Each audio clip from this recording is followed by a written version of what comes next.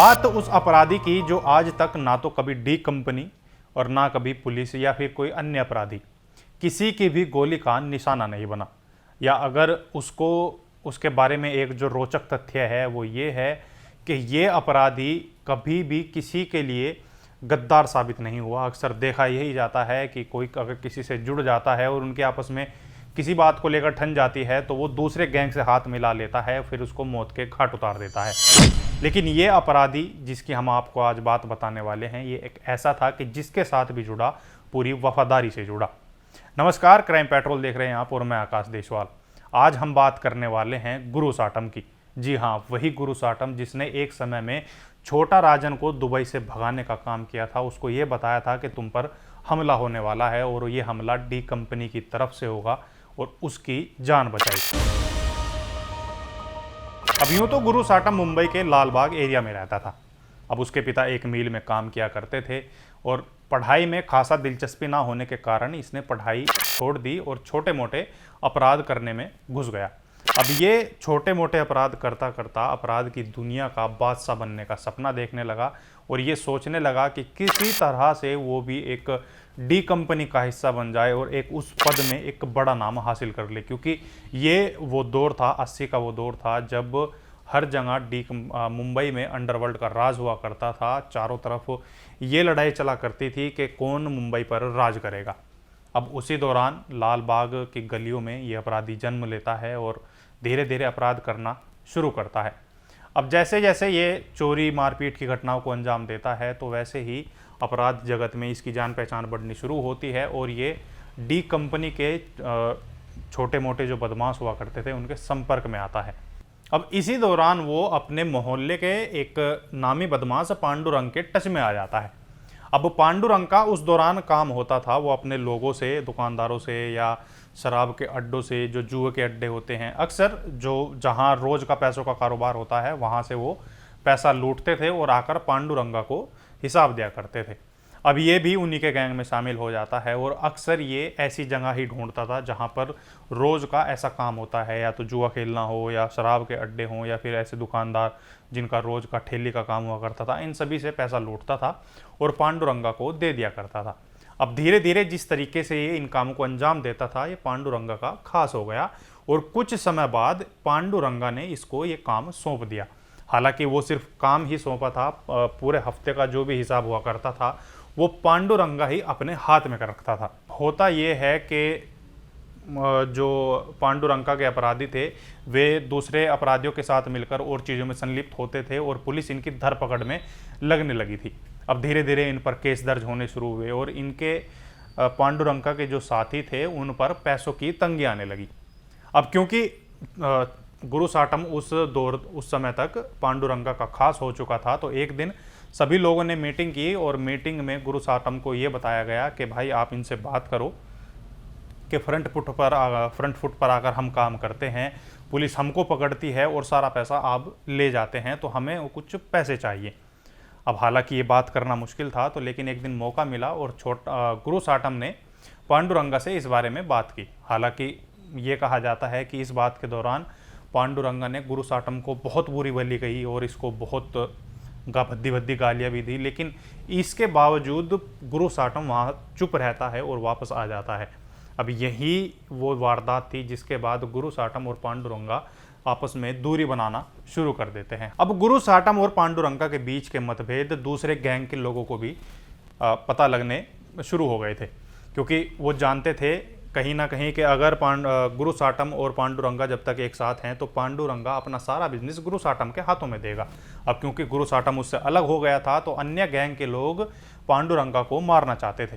कहते हैं कि जब गणेश गली में अपने साथी का पता लेने के लिए पांडुरंगा पहुंचा तो इसके सामने 3 दर्जन लोग तलवार और बंदूक लेकर इसके सामने पहुंचे और इस पर ताबड़तोड़ हमला कर देते हैं।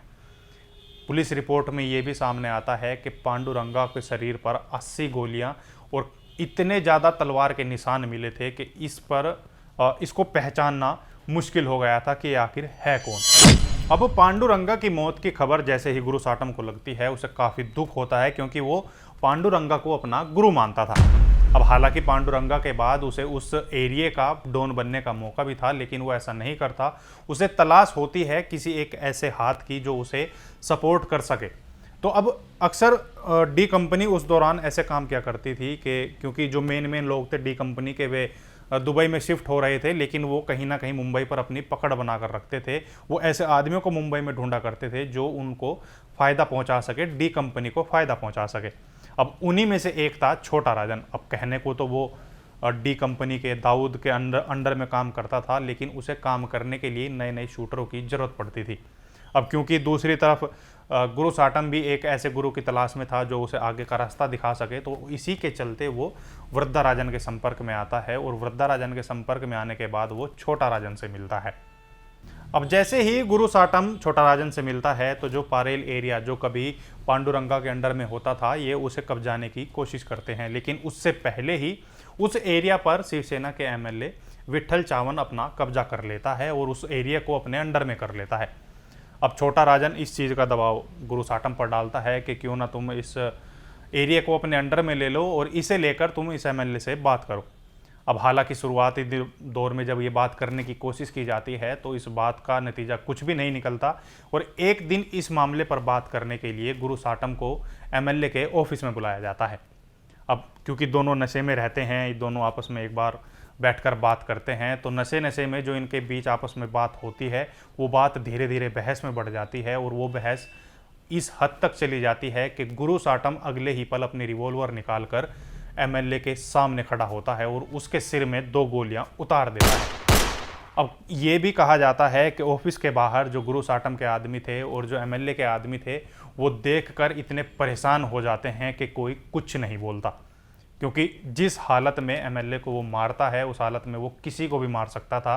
अब ये सोचकर सभी लोग वहाँ डर जाते हैं और गुरु साटम अपने आदमियों को लेकर वहाँ से आराम से निकल जाता है। अब क्योंकि एक राजनीतिक आदमी पर हाथ उठाया गया था, राजनीतिक आदमी को मौत के घाट उतारा गया था, तो ये बात गुरु साटम भी जानता था कि अब पुलिस उसकी धरपकड़ में लगी रहेगी और उसको छोड़ेगी नहीं। तो इसी के चलते, इसी डर के चलते वो अब पुलिस में आत्मसमर्पण कर देता है और वो जेल में चला जाता है। लेकिन जेल में उसकी मुलाकात कुछ और बदमाशों से होती है जो सभी के सभी डी कंपनी के लिए काम करते हैं।